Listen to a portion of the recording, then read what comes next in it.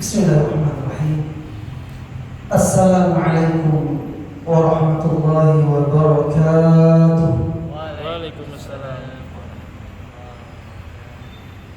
Ucapin salamnya semangat, yang jawab loyo.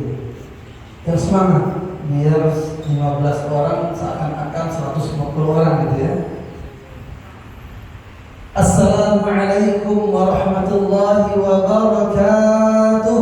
Waalaikumsalam warahmatullahi wabarakatuh. Innal hamdalillah nahmaduhu wa nasta'inuhu wa nashkuruhu wa nastaghfiruhu wa natubu ilayh wa natawakkalu alayhi wa nu'minu bihi wa nastahdihi ونعوذ به من شرور أنفسنا وسيئات أعمالنا من يهده الله فلا مضل له ومن يضلل فلا هادي له أشهد أن لا إله إلا الله وحده لا شريك له وأشهد أن محمدا عبده ورسوله لا نبي بعده اللهم صل وسلم وبارك على نبينا ورسولنا وإمامنا وقدوتنا وأسوتنا وحبيبنا المصطفى محمد صلى الله عليه وسلم وعلى آله وأزواجه وذرياته وأصحابه أجمعين والتابعين ومن تبعهم بإحسان إلى يوم الدين أما بعد أوصي نفسي وإياكم بتقوى الله فقد فاز المتقون وقد أفلح المؤمنون كما أن الله عز وجل يقول في القرآن الكريم في سورة آل عمران أعوذ بالله من الشيطان الرجيم بسم الله الرحمن الرحيم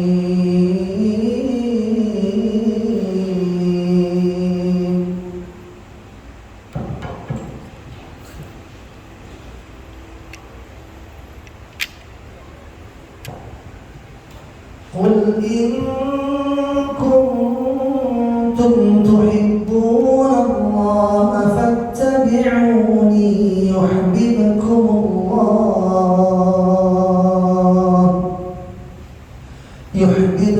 الله ويغفر لكم ذنوبكم والله غفور رحيم.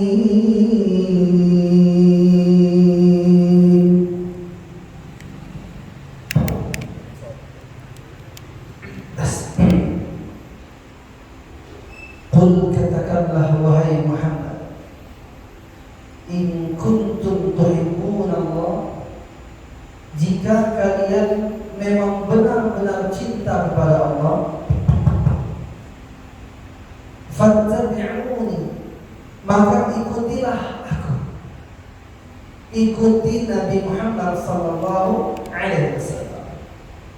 Apa yang mau diikuti? Semuanya. Akhlaknya, ibadahnya, cara bermuamalah, cara bermuasyarah dengan keluarga, seluruh yang beliau lakukan kita ikuti semuanya. Maka ketika kita mengikuti apa yang dicontohkan, yang diamalkan, yang diajarkan oleh baginda Rasulullah sallallahu alaihi wasallam, yuhibbukumullah, Allah akan mencintai kalian. Mas.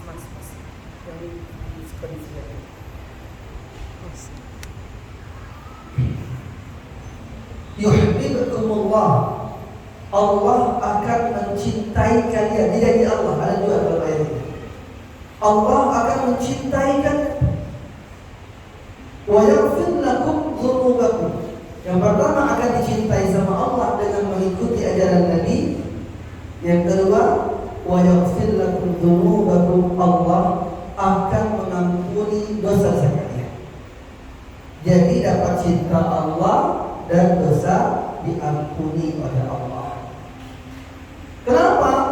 Kalau dosa diampuni sama Allah, ya iyalah namanya dicintai sama Allah. Wallahu ghafurur rahim, kata Allah, karena Allah Maha Pengampun, Maha Penyayang. Ayat ini mengawali tausiah kita pada sore hari ini dalam kajian kali ini. Insyaallah temanya teman-teman semua sudah tahu ya, tren sektor sepanjang zaman. Judul atau tema ini biasanya kalau pengajian bapak-bapak, nenek-nenek, kakek-kakek ada. Ini anak muda ini. Apa ini yang dimaksud trend center ini? Yang selalu tren sepanjang masa. Gimana caranya kalau mau jadi orang trend center gitu ya? Jadi orang yang selalu tren atau ngikutin tren yang ada. Sepanjang zaman ini kan berubah-berubah. Trennya ganti.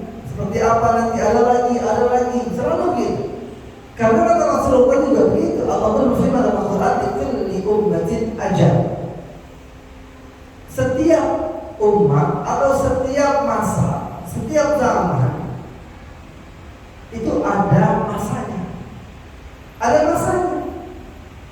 Nggak bisa tren terus sepanjang umur, kecuali yang sudah Allah tetapkan, gitu ya. Bisa tak? Bisa.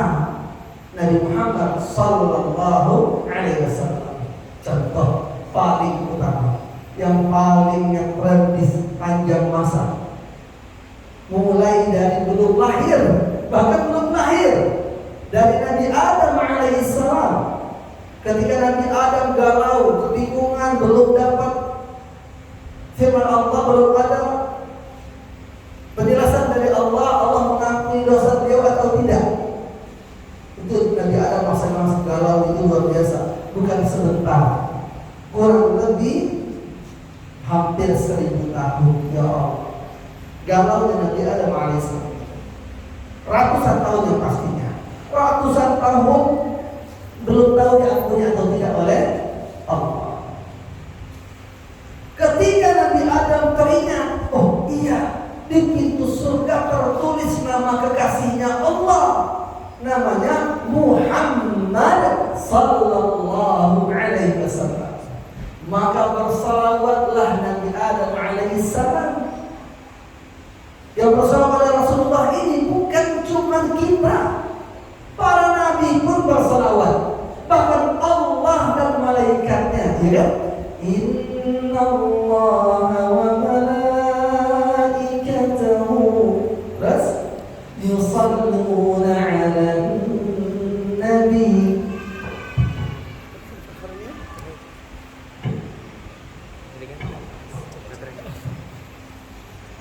Ya ayyuhalladzina amanu sallu 'alaihi wa sallimu taslima. Sesungguhnya Allah Subhanahu wa taala dan para malaikat-malaikatnya Allah bersalawat kepada Nabi. Nabi siapa? Nabi Muhammad sallallahu alaihi wasallam. Allah dan para malaikatnya bersalawat, gimana manusia? Dari kalangan yang paling tinggi, yaitu para nabi, para rasul. Para nabi, para rasul pun bersalawat kepada Nabi Muhammad sallallahu alaihi wasallam, padahal orangnya belum ada. Kan Nabi Muhammad nabi terakhir. Masya Allah ya. Ini luar biasanya Nabi kita Muhammad sallallahu alaihi wasallam. Udah ngetren duluan, sehingga disebut namanya bersalawat Nabi Adam alaihissalam, minta ampun kepada Allah. Disitulah disyariatkan kepada kita kalau minta ampun kepada Allah, kalau mau berdoa, bermunajat, meminta sesuatu kepada Allah, jangan lupa setelah memuji-muji nama Allah, bersalawat kepada Nabi kita Muhammad sallallahu sallallahu alaihi wasallam. Nabi Adam setelah bersalawat kepada Nabi Muhammad sallallahu alaihi wasallam, dosa-dosa beliau diampuni sama Allah. Diterima taubat beliau oleh Allah. Kesalahan beliau melanggar aturan Allah, dilarang makan buah khuldi, maka dosa tersebut diampuni oleh Allah setelah beliau bersalawat kepada Nabi Muhammad sallallahu alaihi wasallam. Luar biasa. Nah, kenapa Nabi Muhammad ini namanya ngetren terus? Sebenarnya simpel, ada yang berbeda itu aja. Selalu menjadi yang berbeda. Kita kalau selalu menjadi yang berbeda, kan jadi sorotan, betul nggak? Kalau udah jadi sorotan tapi beda, ya udah tren, disebut terus, dibahas terus. Cuma siap-siap, nggak mungkin semua orang memberikan penilaian positif. Nabi Muhammad aja tidak semua memberikan penilaian positif. Sebagian orang-orang yang tidak menerima kehadiran beliau mengatakan, bahkan memfitnah beliau sebagai orang gila, tukang sihir, tukang tipu, apa lagi? Coba. Ya, harus siap. Jadi kalau kita pengen dibahas sama orang nama kita, ya pilihlah yang barokah buat hidup kita. Boleh nggak sih? Boleh, asal ada manfaat. Yang dicari itu apa? Manfaat. Terutama manfaat untuk orang banyak. Karena Rasulullah sendiri mengatakan sebagai manusia siapa? Khairun nasi anfa'uhum linnas. Sebaik-baik manusia adalah yang paling bermanfaat untuk manusia. Yang paling bermanfaat siapa? Cari kesempatan biar bisa bermanfaat. Banyak caranya, banyak jalannya. Ada pepatah mengatakan, bul zam-zam tashqa. Kamu kencingi sumur zam-zam pasti terkenal. Ini pepatah. Istilahnya, kalau pengen terkenal gampang. Yang paling terkenal apa? Ada zam-zam terkenal. Sumur zam-zam dikencingin seorang, kan satu-satunya dia yang kencinginnya kan? Maka dia bisa terkenal. Tapi bagus nggak? Nggak bagus terkenalnya. Fir'aun terkenal nggak? Terkenal. Tapi terkenal dengan apa? Kebaikan apa keburukan? Keburukannya. Sekarang kita pengen dikenal, pengen keren dalam hal baik atau buruk. Itu dulu. Nah, ketika dalam hal baik, ingat, kita harus kuat. Godaannya besar. Dari orang yang paling dekat, yang paling berat. Kalau sudah berkeluarga, ya itu dari pasangan, belum tentu dapat dukungan. Atau dari orang tua, ibu bapak, wah berat sekali. Dari kakak adik, orang lain mungkin terima, kakak adik sendiri nggak terima. Coba. Berat. Nabi Muhammad emang nggak berat dakwahnya, berat sekali. Justru paling berat di antara seluruh ujian-ujian para nabi lain. Walaupun ada banyak nabi-nabi yang berat sekali ujiannya, Nabi Muhammad termasuk ulul azmi minar rusul, yaitu nabi yang berat ujiannya. Masya Allah. Nah, teman-teman sekalian yang dimuliakan Allah Subhanahu wa taala, karena kita ini tujuan utamanya mencari ridha Allah. Betul? Cari ridha Allah, bukan ridha Roma. Jadi ridha Allah bukan ridha Roma. Emang kenal sama ridha Roma? Cari ridha Allah bukan ridha manusia. Nggak bisa dipaksa semua orang suka sama kita. Nggak bisa. Nggak bisa semua orang senang dengan kita. Kayak kita jualan aja, kita jualan nggak mungkin semua orang mau beli. Walaupun ada uang, kita menawarkan orang, walaupun orang itu punya uang, belum tentu dia mau beli. Bisa beli, bisa, karena ada uang. Tapi mau apa enggak? Belum belum tentu. Nah, makanya sekarang kita berusaha. Akhir zaman ini kesempatan besar buat kita semua. Yang paling bagus ngetrennya ini jadi trendsetternya di langit. Luar biasa. Orang yang ngetren, orang yang disebut-sebut namanya. Siapa? Nah, ingat gak hadis ini? Apa kata Rasulullah Sallallahu alaihi wasallam? Nah, perhatikan satu hadis ini. Masya Allah. Rasulullah bersabda, "Wa majtama'a qaumun fi baitin min buyutillah." Tidaklah berkumpul suatu kaum di rumah, di antara rumah-rumahnya Allah. Seperti ini, di rumah Allah, di antara rumah Allah yang ada masjid, atau disebut musalla, atau majelis ilmu. Walaupun itu bukan masjid tapi majelis ilmu, maka ketika menyebut-nyebut nama Allah, dibacakan ayat Al-Quran di dalamnya, belajar Al-Quran, ini syarat. Ada yang belajar dan mengajarkan Al-Quran di tempat tersebut. Jadi kita sudah bahas tadi satu ayat 31 surah Al-Imran. Kita sudah bahas. Berarti kita sudah belajar Al-Quran, membaca Al-Quran. Mestinya semua membaca Al-Quran. Makanya bersyukur kita ketika mendatangi majelis masih ada waktu. Mungkin pemateri belum datang atau dalam perjalanan atau sedang siap-siap, sudah hadir, sudah ada. Pada saat itu kalau mau lebih barokah, bacalah Al-Quran dulu. Walaupun satu surah pendek. Walaupun satu surah pendek. Nanti kita biasakan aja. Kita awali dulu dengan ummul kitab Al-Fatihah. Coba kita baca sekarang. A'udzu billahi minasy syaithanir rajim. Bismillahirrahmanirrahim. Semua baca. Alhamdulillahi rabbil alamin. Ar-Rahmanir Rahim. Maliki yaumiddin.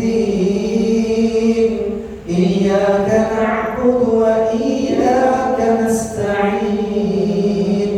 Ihdinas siratal mustaqim. Siratal ladzina an'amta 'alaihim ghairil maghdubi 'alaihim waladdallin.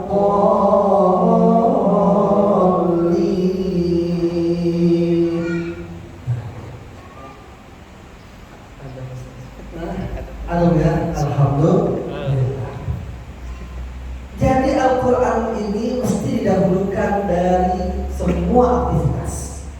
Karena apa? Hadis ini jelas sekali. Syarat pertama, ketika berkumpul, kata baginda Rasulullah SAW, pertama kali yang dilakukan apa? Yatluna kitab Allah wa yatadarasunahu bainahum. Yang pertama, yatluna kitab Allah. Mereka semua yang hadir, yang datang, yang duduk, semuanya yatluna kitab Allah, membaca kitab Allah Al-Quran. Sudah kita lakukan terusan, alhamdulillah. Oh, udah. Wa yatadarasunahu bainahum, di antara mereka saling ajar mengajarkan, saling belajar dan mengajar. Kita memang belajar, yang ada ngajarin, gitu ya. Oke. Sudah nih. Poin pertama sudah terlaksana, insya Allah. Yang paling bagus lagi, nah ini biasanya tradisi sebelum-sebelumnya sampai sekarang sebagian masih melaksanakan menjalankan, mungkin seperti dalam hal atau halqah ya. Biasanya belajar mengajar Al-Quran, baca, kemudian disimak, dibenarin, dibetulin, ada apabila yang salah. Ini luar biasa. Syarat pertama terpenuhi. Yang kedua, ini syarat tren ini. Ini kan kaitannya dengan judul soalnya. Syarat dia ngetren sepanjang zaman. Masya Allah. Jadi trendsetter, orang yang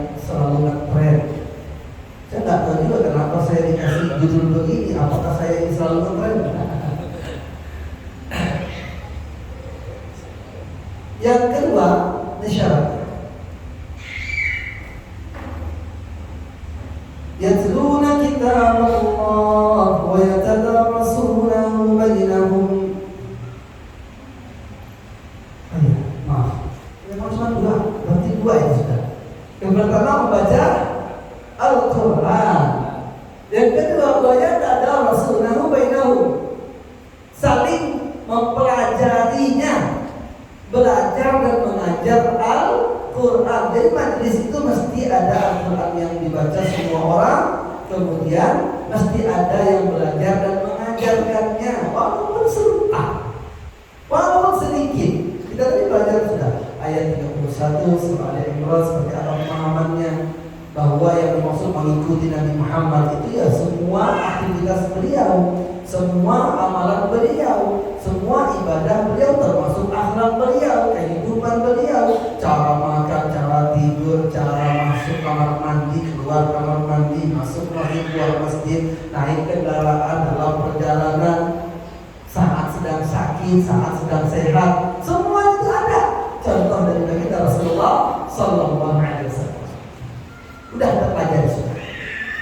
Berarti cuma dua ya, cuma dua langkah. Biar apa? Dia ngetren. Di mana ngetrennya? Di hadapan Allah, di hadapan para malaikat. Jadi ada 4 poin utama, ada 4 keuntungan, bukan poin ya. Ada 4 keuntungan yang kita dapatkan sekaligus. Masya Allah. Yang pertama, illa nazalat alaihimus sakinah, maka turunlah kepada mereka as-sakinah, ketenangan, adem. Tadi bilangnya adem, dia kan yang nurunin siapa itu? Yang bikin adem siapa? Allah.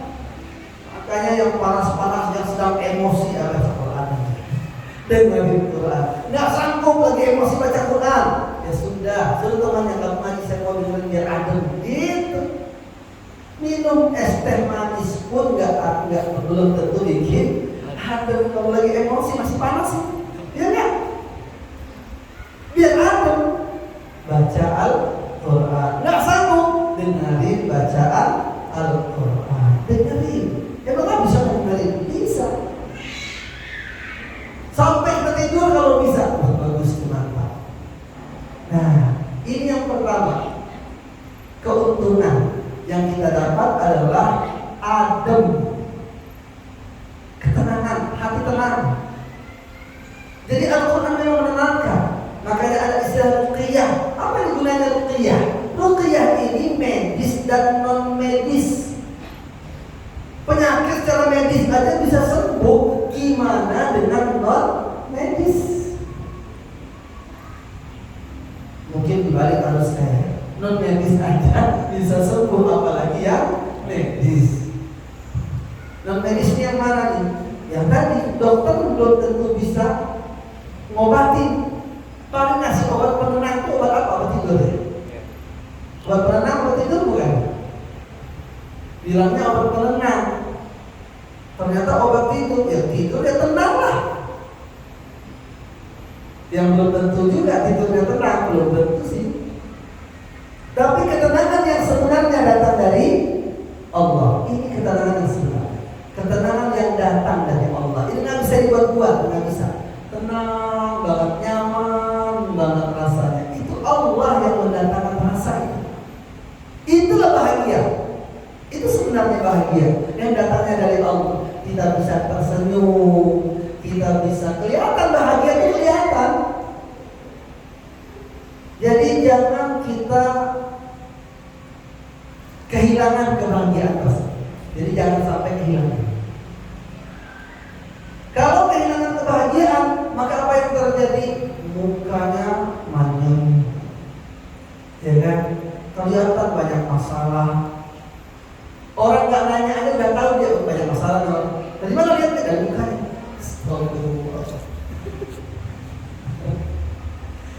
Ya Allah, nggak enak ya? Enak nggak sih lihat orang kalau banyak masalah? Nggak enak.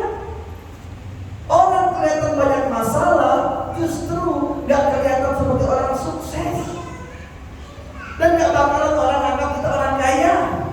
Sedangkan dianggap orang kaya adalah bagian dari ciri-ciri orang beriman. Dalam Al-Quran ada Yahsabuhumul jahilu awliya aminat ta'affuf. Ya, yahsabuhumul jahilu awliya aminat ta'affuf. Orang-orang yang gak tahu tentang dirinya mengira mereka itu orang-orang yang berkecukupan, dikira orang kaya, orang serba cukup. Hanya gara-gara apa? Karena mereka itu menjauhkan diri dengan ta'affuf. Apa itu ta'affuf? Meminta-minta. Jangan kita maknai meminta-minta itu hanya minta duit, mengadakan tangan. Enggak. Caper. Itu kan cari perhatian, namanya minta perhatian. Minta juga kan? Minta diperhatiin orang, minta dikasihanin orang, minta biar orang bisa nolong. Jaga bahwa kita di situ. Jadi harus hati-hati. Antum pengen minta tolong, lihat dulu orangnya. Bisa jaga harga diri antum enggak? Karena ada sebagian orang enggak bisa jaga harga diri orang. Antum tak tolong sama fulan. Ternyata fulan ini enggak bisa jaga harga diri antum, enggak bisa bantu. Bisa bantu. Antum udah curhat, tolong kalau bisa enggak usah disebarkan kemana-mana. Atau antum enggak bilang begitu. Harusnya si fulan udah mengerti ini masalah pribadi yang curhat. Saya ada masalah begini, tolong dong bantu saya 200.000 aja, misal. Nah, ternyata sudah dibantu, itu udah senang nih, udah senang. Dia cerita kemana-mana. Abdul Rahman kemarin nggak tolong sama saya 200.000 loh. Diomongin ke orang lain coba. Untung nggak di post ya katanya. Iya makanya. Astagfirullah. Untung nggak dia minta coba lihat KTP, fotonya ya kan? Nah, di posting. Nah hati-hati. Jadi jangan juga sembarang lihat orang. Bisa nggak dipercaya? Kadang-kadang bisa dilihat dari status. Orang kalau statusnya suka buka aib orang, hati-hati. Nggak usah dekat-dekat dengan orang begitu. Kebuka aib kita. Itu suka buka aib orang, kebiasaan buruk. Nanti siapapun dekat sama dia, coba lihat kalau nggak percaya. Yang dekat dengan dia, lama-kelamaan aib itu terbuka. Yang buka dia. Hati-hati. Nah, jaga diri kita, harga diri kita ini mahal. Jadi, biarlah orang menganggap kita orang cukup, orang sukses. Iya kan? Walaupun di mata Allah jauh kita masih hina. Dan kita sadari itu. Karena kita sadarlah kita nggak sombong. Makanya harus sadar diri terus setiap saat, sadar. Itu menjaga diri kita dari sombongan. Sadar diri setiap saat pada Allah, di hadapan Allah, kita nggak ada apa-apanya. Sehebat apapun menurut orang, kita nggak ada apa-apanya. Itu harus kita sadar. Nggak ada kemampuan yang kita miliki ini milik kita sendiri, nggak ada. Kecuali semuanya titipan dari Allah. Harta titipan dari Allah. Skill yang kita punya siapa? Punya Allah. Diambil sama Allah bisa nggak? Bisa. Dihilangkan sama Allah permanen, nggak punya sama sekali. Bisa nggak? Bisa. Jadi nggak bisa kita bangga. Ada sedikit yang ingin dibahas terkait kan kata Allah di dalam surat Al-Mu'min itu di ayat pertama. Ya. Qad aflahal mu'minun. Setiap orang yang beriman itu pasti akan bahagia atau maksudnya untuk memaknai secara bahagia itu di setiap mukmin itu seperti apa kita Ustaz? Dan mungkin ini mungkin bagian daripada trend center Ya. yang Baik. Qad aflahal mu'minun. Satu ayat ini aja luar biasa sudah. Kalau kita bahas ya, Masya Allah. Allah yang menjamin bahwa orang yang beriman berarti apa? Maksudnya yang benar imannya, bukan cuma ngaku-ngaku atau merasa beriman. Nah kita ini mungkin baru merasa beriman. Belum tentu menurut Allah kita ini memang benar-benar beriman. keutamaan dalam beriman itu belum kita dapatkan. Ketenangan, kemenangan, menjadi orang yang bahagia, menang, tenang, senang, gitu ya. Orang yang menang, orang yang bahagia pasti orang menang, betul kan? Orang yang bahagia adalah yang menang. Nggak ada yang kalah bahagia, nggak ada. Nah, orang yang beriman dijamin bahagia, berarti dijamin dia menang. Dalam hal apa? Dalam semua urusan. Karena Rasulullah bersabda, "Ajaban li amril mu'min." Sungguh menakjubkan sekali perkara orang beriman. Inna amrahu kulluhu khair. Sesungguhnya perkara orang beriman itu semuanya baik, tidak ada yang buruk. Jadi jangan anggap terjadi sesuatu sebagai keburukan. Jangan anggap itu buruk. Demi Allah itu nggak buruk kalau kita beriman. Nggak ada yang buruk. Baik semuanya. Walaysa dzaka li ahadin illa lil mu'min. Kata Rasulullah, hal seperti ini cuma buat orang beriman saja, bukan buat yang lain. Masya Allah. Khusus. Gimana caranya? Caranya kata Rasulullah, in asabat musarra syakar fakana khairan lak, wa in asabat mudarra sabar fakana khairan lak. Dapat nikmat, bertambah syukurnya.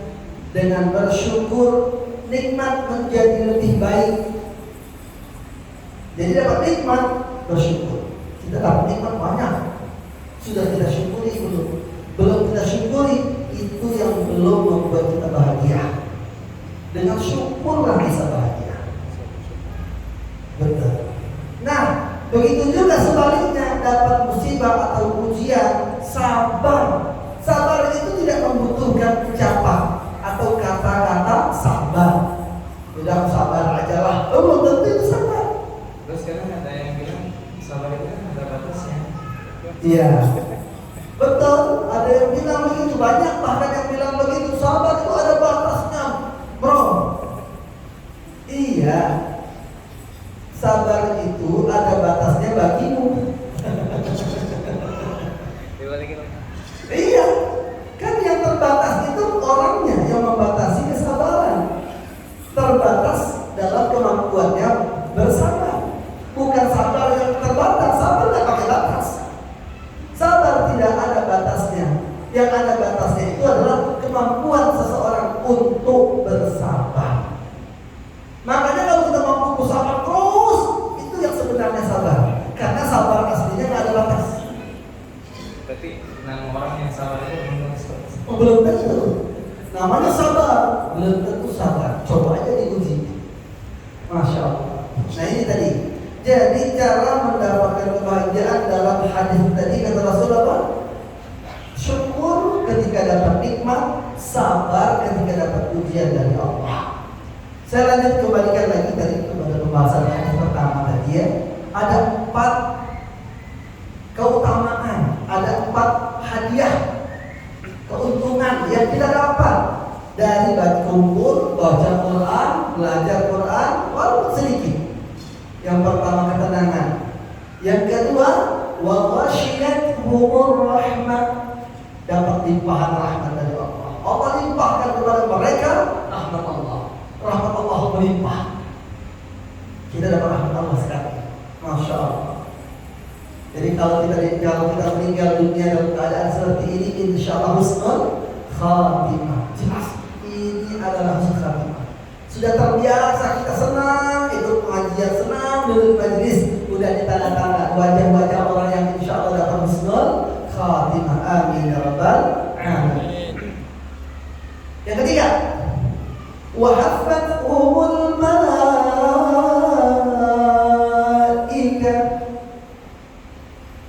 mereka dikelilingi oleh para malaikat-malaikat. Malaikat-malaikat mengelilingi. Memang kita nggak bisa lihat malaikat. Ada juga sih gunanya alhamdulillah. Bersyukur kita alhamdulillah nggak bisa lihat malaikat.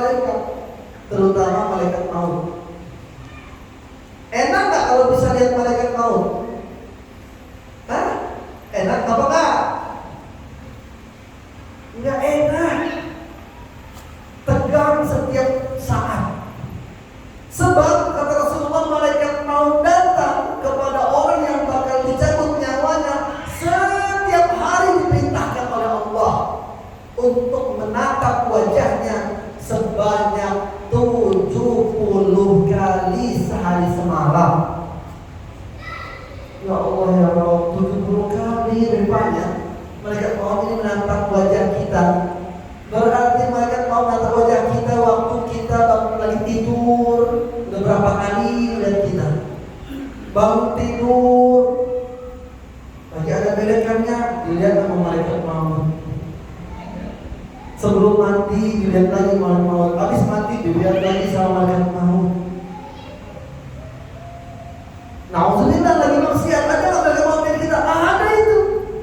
70 kali coba dibagi 24 jam.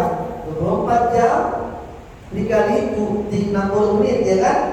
Nah, dibagi coba 70 kali, totalnya kurang lebih sekitar per 21 menit datang malaikat maut menatap wajah kita. Per 21 menit. Setiap 21 menit datang malaikat maut. 21 menit lagi datang malaikat maut. 21 menit lagi datang malaikat maut. Jadi nggak bakalan ketukar, nggak ada salah cabut, nggak ada. Kayak sepupu saya waktu saya pulang ke Jambi, pas banget ketemu saya katanya. Mau nanya? Nanya apa? Mau nanya masalah bapak meninggal. Kan bapak beliau meninggal, paman saya. Akhirnya cerita sih. Kan bapak kan namanya Muhammad Nasir, ya. Tetangga sebelah sana juga ada namanya Muhammad Nasir. Oh ya. Terus, nah yang saya mau tanya, ini sepupu saya. Nah, beneran, ini nggak karang-karang nggak? Oh saya di Jambi, saya pulang ke kampung saya. Kata sepupu saya, bapak meninggal dunia kok cepat sekali. Cuma jatuh dari motor lalu meninggal. Jatuhnya juga perlu bentok enggak. Jatuh meninggal. Sedangkan tetangga sebelah namanya juga sama, Muhammad Nasir. Udah hampir 6 bulan sakit. Mungkin malaikat maut itu mencabut Muhammad Nasir yang itu. Astagfirullah. Ya Allah, saya bilang enggak. Memang ajal bapak sudah duluan sebelum begitu. Memang begitu. Belum tentu yang sudah sakit lama meninggal duluan, belum tentu. Memang begitu. Karena ini masalah ajal. Enggak, kayak itu salah. Malaikat mau salah cabut. Demi Allah, saya nggak karang-karang gitu. Saya bilang enggak salah itu kayaknya itu. Pengen protes sama Allah gitu. Itu yang sakit itu harusnya yang mati duluan katanya. Astagfirullah. Enggak, saya bilang harus ikhlas. Orang tua sudah meninggal, tinggal didoakan saja. Insya Allah dapat ampunan, dapat rahmat dari Allah. Amin ya rabbal alamin. Itu nggak ada. Makanya saya bilang tadi, saya ceritakan hadis ini. Waktu itu hadis itu belum tahu saya sayangnya. Ini Rasul yang mengatakan bahwa 70 kali siang malam 24 jam itu malaikat maut menatap wajah orang yang bakal dicabut nyawanya pada waktunya. Nggak tahu kapan waktunya, yang jelas sudah ada waktunya. Malaikat maut nggak bakal lupa, nggak bakal salah orang, tahu persis hidungnya agak mancung ke dalam, apa mancung ke depan, kelihatan. Warna kulitnya gelap, apa sabu tengah-tengah. Iya. Nah, itu sudah jelas gitu, sudah jelas. Makanya nggak bisa mau nyalahin malaikat maut. Nah, ini salah satu contoh saja. Malaikat yang mengelilingi kita di majelis ini jumlahnya banyak sekali. Cuma kita nggak bisa melihat. Alhamdulillah. Kalau melihat wujud malaikat aslinya, bisa jadi kita takut. Belum tentu kita senang. Kita senang atau bahagia kalau kita tahu itu malaikat. Kan kita mengira bukan. Jangan-jangan kita anggap apa? Jangan-jangan itu jin gitu ya, penampakan dan sebagainya. Nauzubillah min dzalik. Yang keempat, yang terakhir. Yang terakhir Nah ini luar biasa. Kata Rasulullah, wa dzakarallahu fi man 'indah. Orang kalau kumpul di majelis tersebut dibacakan Al-Quran, belajar Al-Quran, saling mempelajari Al-Quran, walaupun cuma sedikit, sisanya penjelasannya atau tausiah seperti ini. Yang kita dapat yang terakhir ini yang dahsyat luar biasa.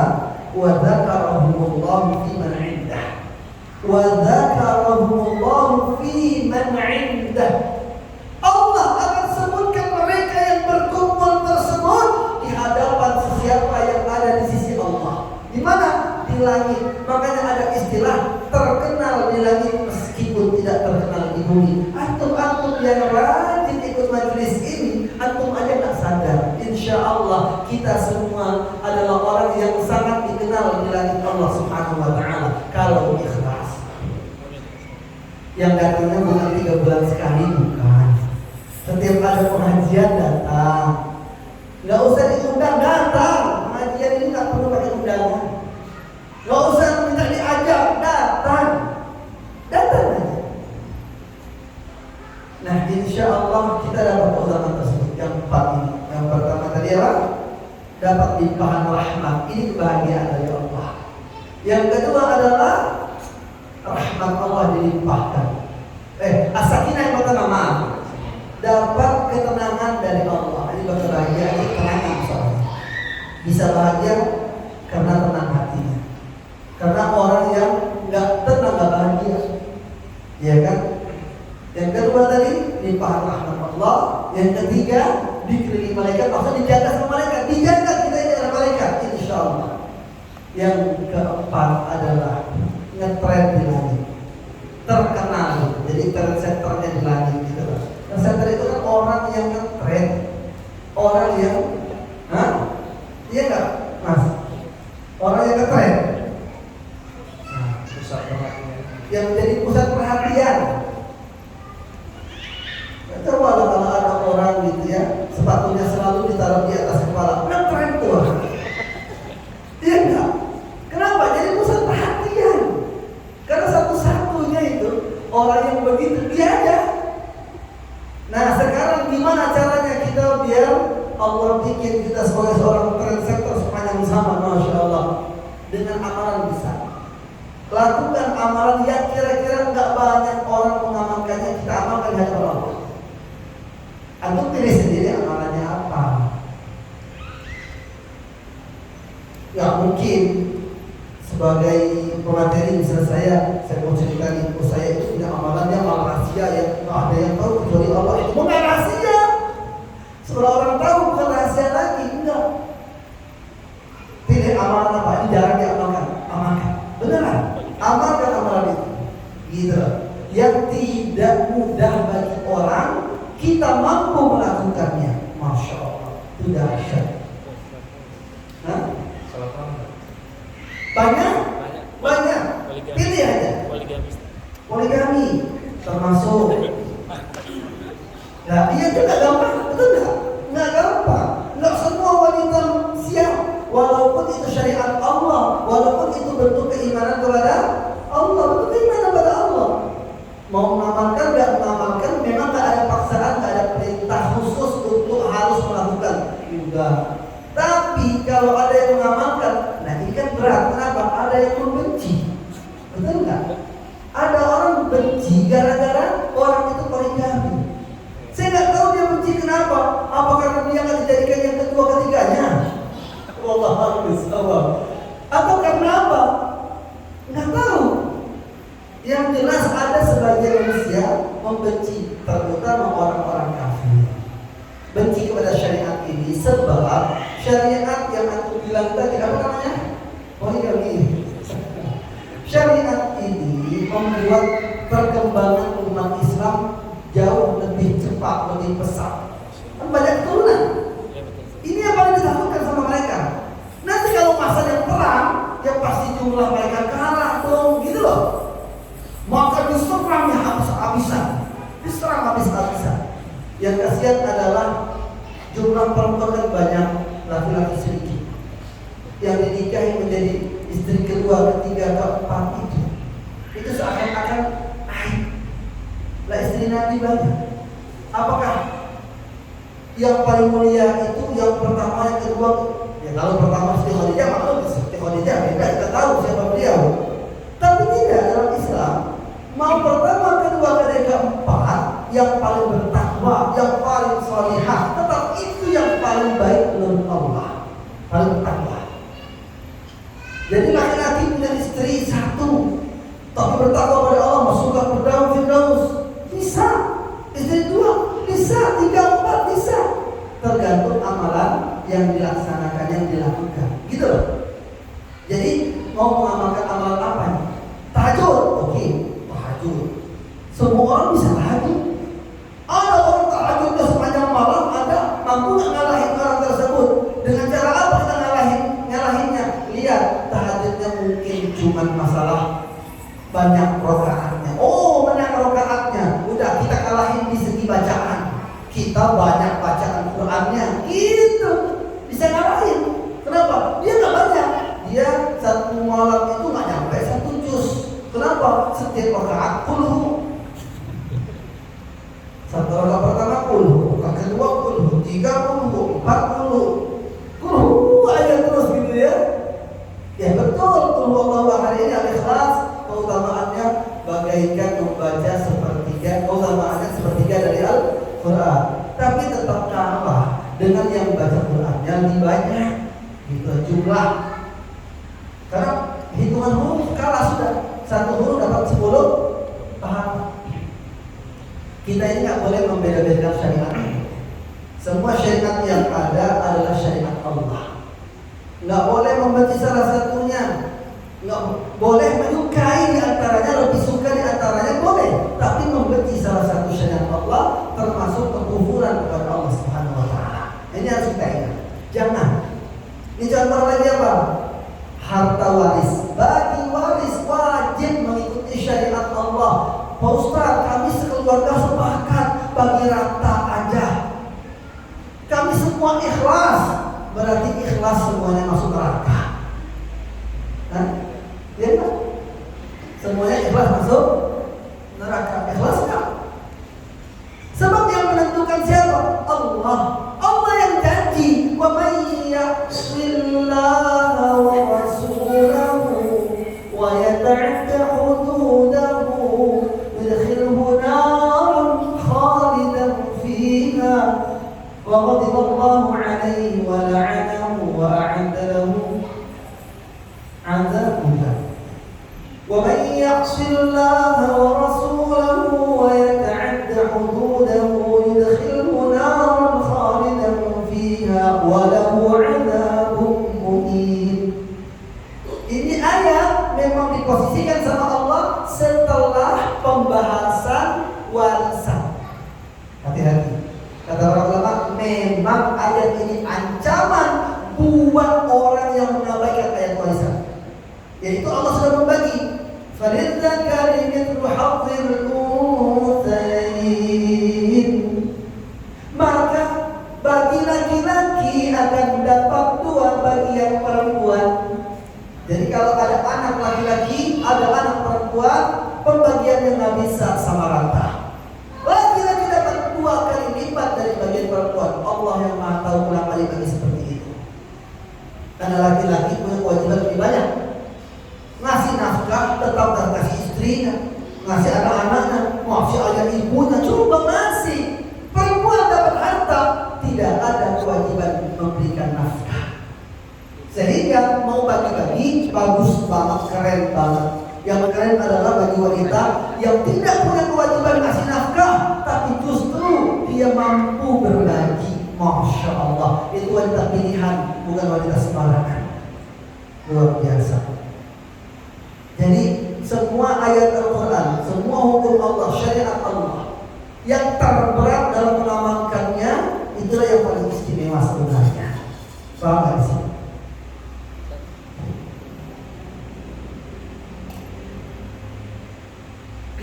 Ada yang bertanya? Nah, kita buka sesi tanya jawab. Sesi tanya jawab. Boleh nanya, boleh? Silakan buat Ikhwan atau Afwan. Nanti ada sedikit oleh-oleh. Masya Allah. Ada kurban yang buat Udah nanya dapat oleh-oleh. Yang nanya. Harusnya kan yang jawab ya kan? Ya silakan. Yang nanya bakal dapat oleh-oleh, Masya dari Allah. abang. Dapat hadiah. Yang nanya. Silakan ikhwan dulu atau akhwat dulu ya. Dari Ikhwan dulu coba silakan. Ikhwan dulu, ikhwan.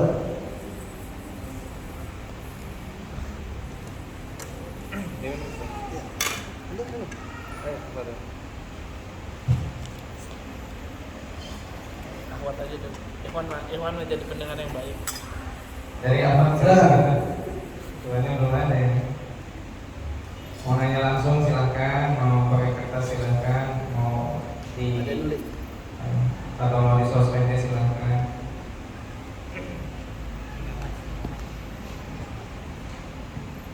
Assalamualaikum warahmatullahi wabarakatuh. Waalaikumsalam warahmatullahi wabarakatuh. Nama saya Ibu Hati.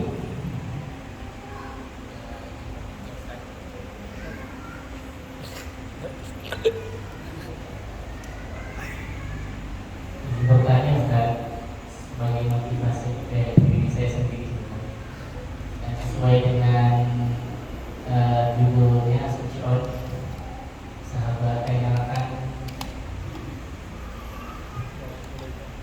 kebaikan. Suci On, sahabat hijrah juga. Dan saya apa sih janji Allah untuk amalnya yang berhijrah?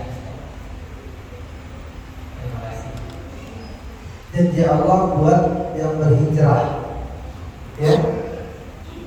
Baik. Satu. Udah terus. Sambil menunggu pertanyaan yang lainnya. Orang yang berhijrah di jalan Allah, kalau niatnya karena Allah, maka dia dapat pahala karena Allah dan Rasul. Ya sebagaimana hadis Nabi. Faman kanat hijratuhu ila Allah wa rasulihi fa hijratuhu ila Allah wa rasulihi. Siapa yang berhijrah niatnya memang betul-betul karena mencari ridha Allah, karena mengikuti ajaran Nabi Muhammad Rasulullah sallallahu alaihi wasallam, maka dia dapatkanlah keutamaannya tersebut, pahala di sisi Allah, yang mana memang hijrahnya dapat barakah dari Allah dan Rasulullah SAW. Jadi memang karena itu. Coba lihat hadis ini. Rasulullah mengatakan apa? Wa man kanat hijratuhu lidunya wa man kanat hijratuhu lidunya yusibuha aw imra'atin yankihuha fa hijratuhu ila ma hajara ilaihi. Coba, kalaulah hijrahnya itu karena dunia yang ingin didapatkannya, atau karena ingin menikahi seseorang yang ingin dinikahinya, karena wanita yang ingin dinikahinya, maka dia tidak dapat apa-apa kecuali dia dapat apa yang diniatkannya. Karena ada sebagian orang hijrah itu bukan karena Allah dan Rasulnya, karena seseorang ngajak dia hijrah, hijrahlah dia. Ketika kecewa, kumat lagi, balik lagi seperti sebelumnya. Na'udzubillahi min dzalik. Nah, ini berarti bukan hijrah karena siapa? Karena Allah, bukan. Nah, orang yang hijrah karena Allah, yang perlu antum ingat, kita semua ingat, pasti besar ujiannya, karena Allah ingin mengetahui benarkah kita berhijrah, benarkah karena Allah, benarkah kita pengen lebih baik lagi daripada sebelumnya, benar atau tidak, pasti diuji sama Allah. Begitu, itu pasti diuji. Nah, apa janji Allah buat orang yang berhijrah? Dijanjikan sebagaimana yang telah didapat oleh Rasulullah SAW, dijanjikan dapat kemenangan, dapat kebahagiaan.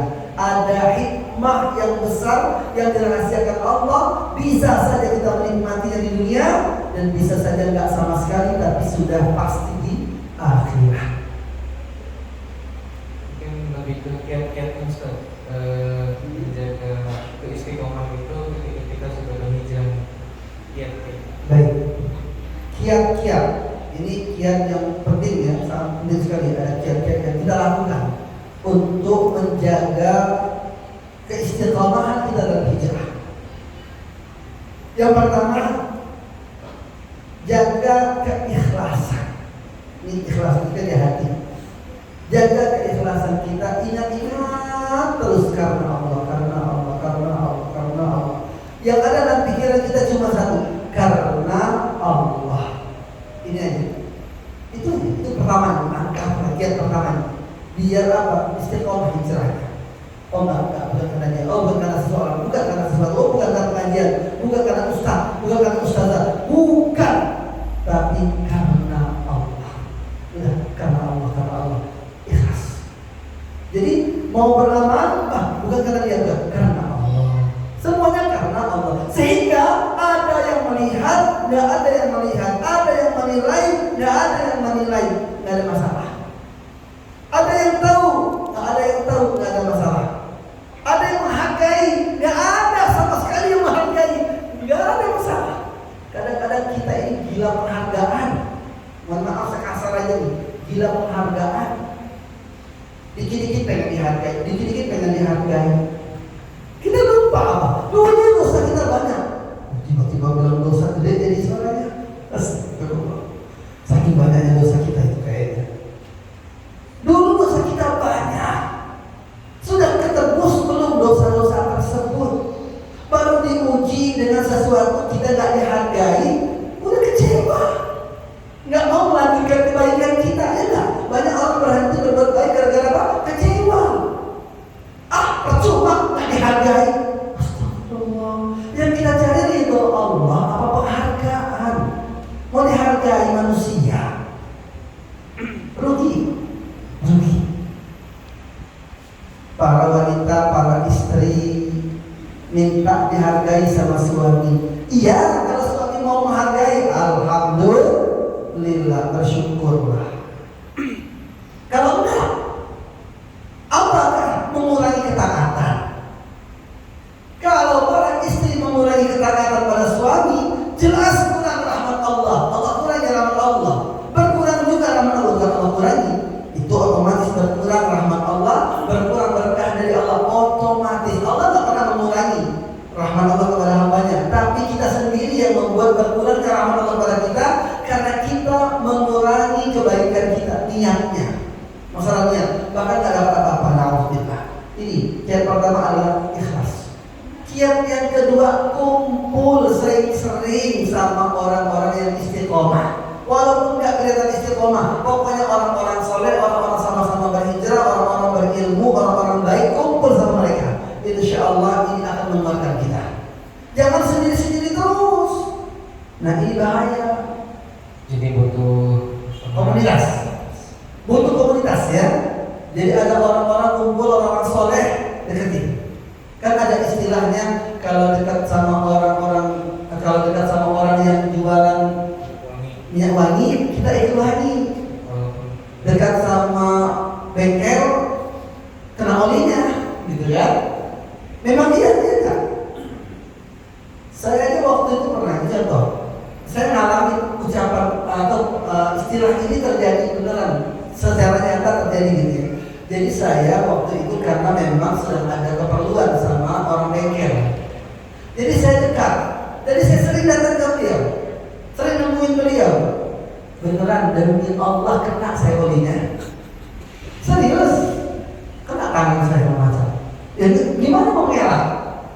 Memang di situ mainannya dia nggak jelek enggak.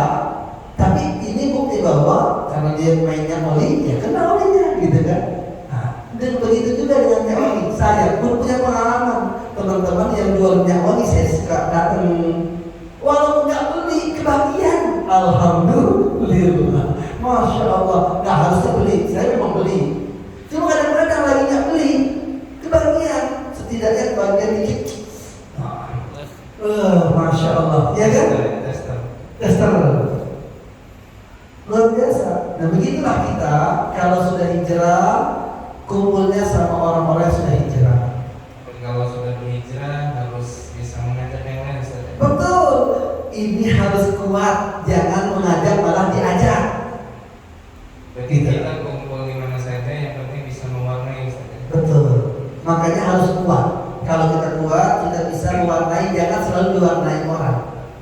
Gimana caranya kita mampu mempengaruhi orang untuk kebaikan? Kita yang memberikan pengaruh, jangan kita yang berpengaruh. Itu udah cukup sebenarnya dua aja tuh. Yang ketiganya doa, banyakin doa. Cukup. Yang pertama tadi ikhlas, jaga ikhlasnya kita. Semua karena Allah. Bapak-bapak, adik-adik, teman-teman, para remaja, siapapun. Nah, kalau bapak-bapak sudah keluarga nih, sudah punya istri, jadi seorang ayah, jadi seorang suami, ini perlu ikhlas nggak? Perlu.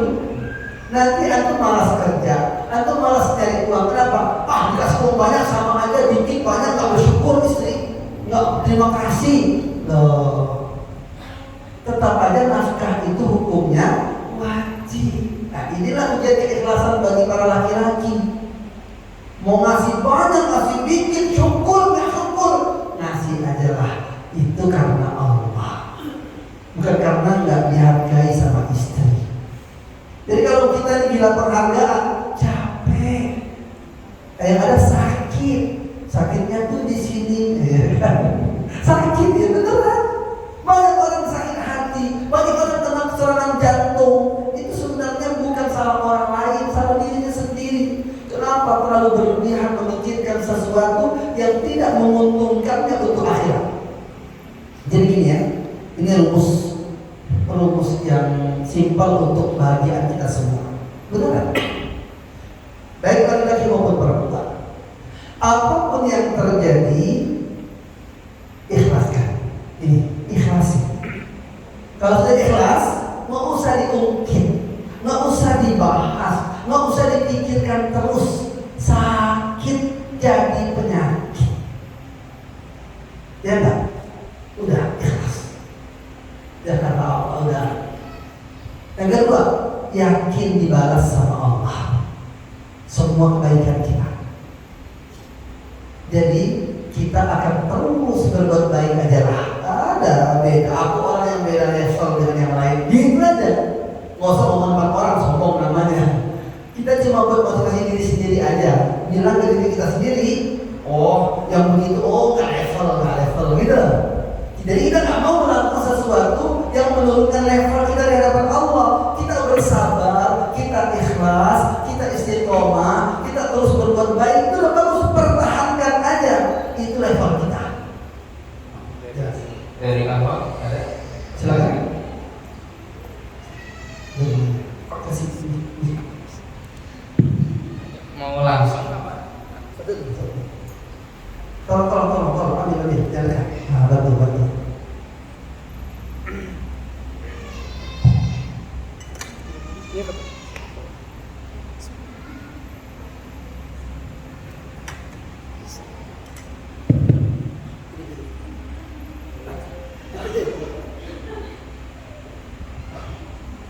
Kejauhan kali ya? Kejauhan nggak? Kenapa nggak kalau nggak? Ya, Rizal. Assalamualaikum warahmatullahi wabarakatuh. Waalaikumsalam warahmatullahi wabarakatuh. Ustaz mau bertanya, tadi ada pembahasan tentang hak waris. Ya. Apabila hak waris diperjualkan sebelum ada pembagian oleh seorang, misalnya apa laki-laki, tetap menjadi haknya dia atau tidak. Terus dalam penjualan hak waris itu belum ada konfirmasi dari adik-adik yang lainnya. Yang kedua, kejadian tersebut kembali terulang tapi dari pihak adik-adiknya yang perempuan. Apakah diperbolehkan untuk kakak laki-laki tersebut mengurangi hak dari harta waris saudaranya tersebut? Terima kasih. Ya, ini banyak terjadi di mana-mana. Harta waris itu memang harusnya ya, biar mudah baginya. Ini kalau mau mudah dibagi itu dengan uang, artinya dijual. Kalau memang bisa dijual, atau boleh dibeli oleh salah satu anggota keluarga yang mungkin miskin berkecukupan, kemudian dibagilah harta waris uang tersebut, uang tadi dibagi gitu ya. Nah, setelah mendapatkan uang, kan uangnya kan udah dikurangi itu. Jadi jangan juga harga itu mengurangi jatahnya, enggak. Harganya harga jual beli aja. Ya mungkin harganya nggak terlalu mahal pastinya, gitu. Nggak terlalu murah juga. Katakan harga pasaran deh. Ini contoh 5 kakak beradik. Ini contoh aja 5 kakak beradik. Kakak yang pertama misalnya ini duitnya banyak. Dia yang mau beli.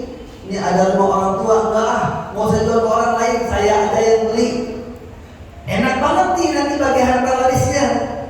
Lima kakak beradik ada berapa laki-laki, ada berapa perempuan? Misal laki-laki 3, 2 perempuan. Cara menghitungnya, laki-laki kan 3 kali 2, 6. Perempuannya 2, 6 tambah 2, 8. Berarti 5 kakak beradik ini 3 laki-laki, 2 perempuan, totalnya adalah 8. 8 bagian. Jadi dibagi 8. Ini contoh aja. Dibagi 8. Nah, harta tadi dibeli oleh kakak yang pertama misalnya. Maka harta itu milik kakak yang pertama. Rumah itu tadi. Yang jadi harta waris adalah uangnya. Bagi-bagi. Kakak tadi kan dapat rumah udah enggak begitu, tetap beliau dapat harta waris. Lah kan uang itu uang harta waris. Itulah.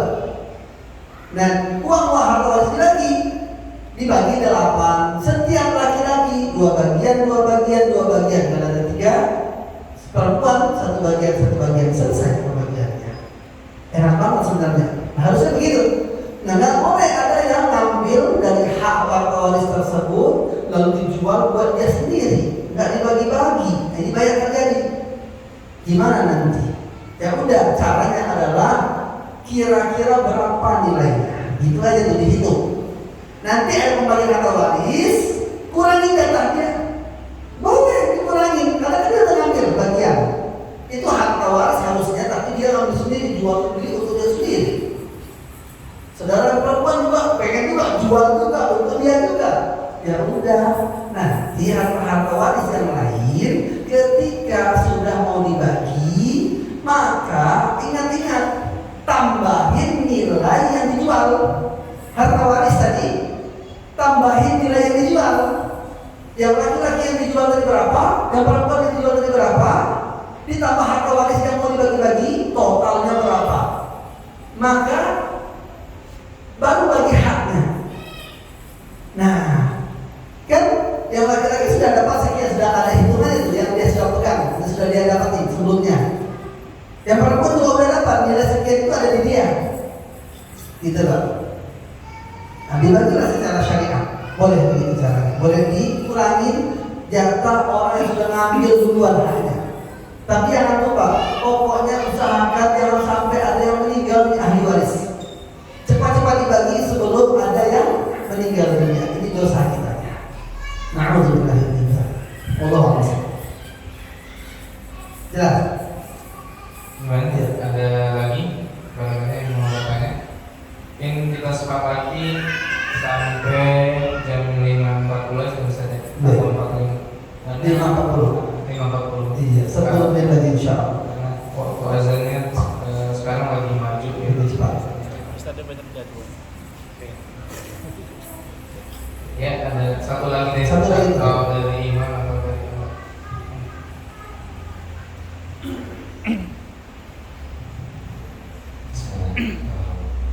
Assalamualaikum warahmatullahi wabarakatuh. Waalaikumsalam warahmatullahi wabarakatuh. Mohon maaf Pak, mungkin semua dari kemarin. Cuma tadi tentang harta waris gitu Pak.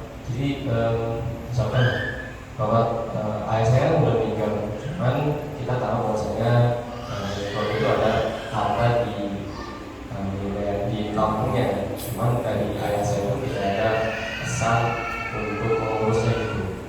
Sedangkan dari pihak keluarganya juga yang sebenarnya itu harta dari bapak saya cuman dikelola oleh pihak keluarganya. Nah, itu bagaimana untuk kita sebagai keluarga responnya kita, apakah kita mengurusnya atau sudah biarkan saja? Terima kasih. Iya.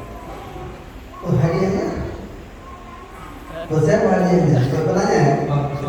Untuk Iman bisa dibagi dua lah ya tadi ya. Kan ada dua. Satu Ya, lah. boleh. Baik. Memang ini juga sering terjadi ya. Orang yang punya harta dikelola atau diurusin sama orang lain atau bahkan keluarga dia sendiri dan keluarga yang pihak bapak misalnya. Kemudian meninggal dunia. Dan sebenarnya tetap secara syariat itu harta waris anak-anaknya, ahli waris. Ahli waris paling utama adalah anak-anak kandungnya. Dijelaskan, ya. Nah, bagaimana caranya? Sampaikan. Mau nggak bisa, nggak bisa enggak, mesti sampaikan. Cuma dengan cara yang baik. Terus kalau memang yang dikelola itu ada hasil, ya bagaimana pembagian hasil itu untuk orang yang ngelola, ya kan? Karena yang mengelola nggak mungkin nggak dikasih, dia harus dibagi hasil, bukan waris. Dia nggak dapat harta waris kalau memang bukan ahli waris. Kalau yang mengelola bukan ahli waris, nggak dapat harta waris. Cuma karena yang dikelola ini adalah yang bisa menghasilkan, maka setidaknya dia dibayar penghasilan dari situ. Ada hasil yang dibayar.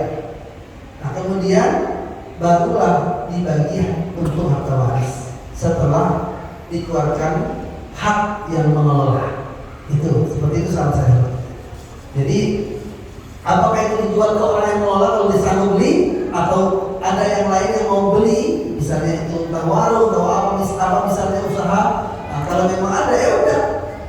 Nah bayar dulu untuk pengelola karena dia sudah punya jasa sebelum ini, gitu kan? Memang dia punya sebelum ini bahkan sudah dapat sebenarnya hasilnya. Ya untuk menghargai aja biar nggak crash, biar nggak nanti apa jadi sesuatu yang buruk, alhamdulillah. Maka setelah itu dikeluarkan, baru sisanya memang adalah haknya para ahli waris. Dibagikan secara syariat. Nggak ada istilah kami sepakat, kami setuju, kami ikhlas, bagi rata adalah. Kami akan mempermasalahkan. Enggak, yang mempermasalahkan itu Allah. Itu masalah bagi Allah, di hadapan Allah itu jadi masalah. Kenapa kalian nggak mau taat kepada Allah? Allah punya begitu. Ini kan Allah yang buat aturannya. Bukan kita ngatur, bukan nggak bisa kita ngatur sendiri. Ini aturan Allah. Kita hidup di buminya Allah. Kita dihidupkan oleh Allah. Allah buat aturan. Aturan bagi waris. Ikuti aturan Allah. Ya. Allah maha. Mudah-mudahan bermanfaat. Ini aja cukup, insyaallah. Ya, barangkali itu saja di kesempatan sharing time pada sore hari ini. Mungkin untuk kedepannya sebagai evaluasi buat teman-teman yang ingin hadir, bisa mengajak rekannya, sahabatnya, saudaranya datang lebih awal agar kajian itu bisa dimulainya tepat waktu dan bisa ngobrol santainya itu lebih agak panjang gitu. Karena kalau mulai 4:30 ya paling kita kesempatan cuma 1 jam gitu. Pemateri aja mungkin bisa sampai 40 menitan, dan itu mengurangi jatah pertanyaan kita sebagai audiens. Ya mungkin itu saja yang kita pada sore hari ini kita dengarkan. Mudah-mudahan bermanfaat, mobil khusus buat saya pribadi gitu, dan umumnya buat kita semua. Untuk menutup majelis ini, mari kita sama-sama membaca doa kifaratul majlis. Subhanallahumma wa bihamdika asyhadu an la ilaha illa anta astaghfiruka wa atubu ilaik. Walhamdulillahirabbil alamin. Assalamualaikum warahmatullahi wabarakatuh. Waalaikumsalam warahmatullahi wabarakatuh.